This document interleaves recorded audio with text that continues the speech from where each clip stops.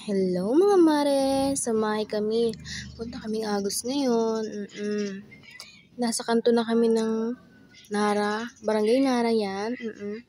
And ayan ang aming barangay hall, nadadaanan din pag papuntang bayan ng Gloria.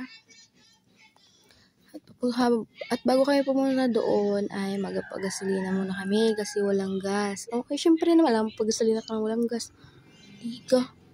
Para kang si UE dyan. So, ayun. So, kapag pagas na kami, malapit na kami sa may school ng Malusak. Ayan, ang school ng Malusak, madadaanan din. At, ang purpose nga pala, kaya kayo pupuntang Agos is, mahihingi ako kay Papa. Kasi, ang araw na to is, Huwebes ng gabi. Tapos, kinabukasan, ngayon, Friday, ay may pa-promo ang LTO sa Barangay Agsalin. Meron sila yung pa-promo na 750 na student license or student permit, parang ganon. So, mag-a-apply ang inyong kumari doon kasi araw-araw din naman ako nagmumotor nga kasi nga pagpapasok para kahit may hulihan, hindi na kami nalilate kasi nung nakaraan, may LTO dito sa may amin. Syempre, ay walang license ang inyong kumare. Hindi na late kami. Di ngayon, naikigrab na namin ang promo na LTO. So, ayan. Papasok na kami nito, papuntang Agos. Tinatawag nila ang kanto na to na kanto ng malamig.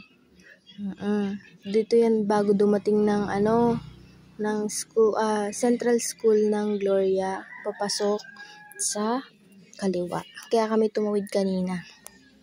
Ngayon, dire-diretso lang yan. So, yun nga, mabalik ako sa kwento ko. Nung nakaraan, umalis ako ng bahay ng 7 ng umaga, tapos nakapasok kami mag-attend na kasi nga may hulihan. So, yan, nasa may bandang Balagbag na kami. At madadaanan natin ang tawag doon, breeding or sementeryo dito sa Balagbag. At pasensya na kasi may ingay ang background ng inyong kumare kasi may nanonood ng TV. So, ayan, sana naiintindihan yung mga pinagsasabi ko. Ayan, ang daan papunta doon sa taas ng sementeryo. So, ayan. So, yun nga. Dahil nga late na kami, lesson learned, kaya need na talaga namin kumuha ng license. So, yun. Samahan nyo din ako mamaya. Kukuha ako ng license. Student permit. Sana hindi siya ganun katagal.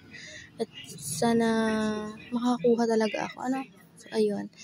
Wish me luck, mga mare. So, ayun. So, yung hinihingi ko naman kay Papa is pandagdag lang. Kasi nga, kakabayad ko lang din ng summer class namin.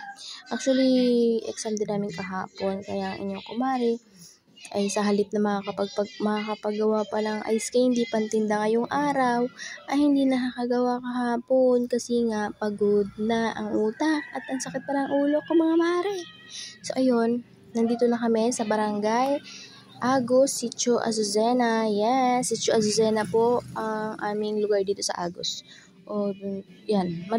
Pag pupunta kami ng bahay, madadaanan ang court, barangay hall, and center, tapos yung hall ng mga senior citizen. So, ayun. Tsaka yung simbahan, katapat ng tawag doon, court. So, ayun. Samahan niyo kami. Dito na kami, mga mare. Pasok tayo sa aming bahay. So, yun lang, mga mare. Balitaan ko kayo. Thank you sa panonood. Ingat sila sa inyo. Bye!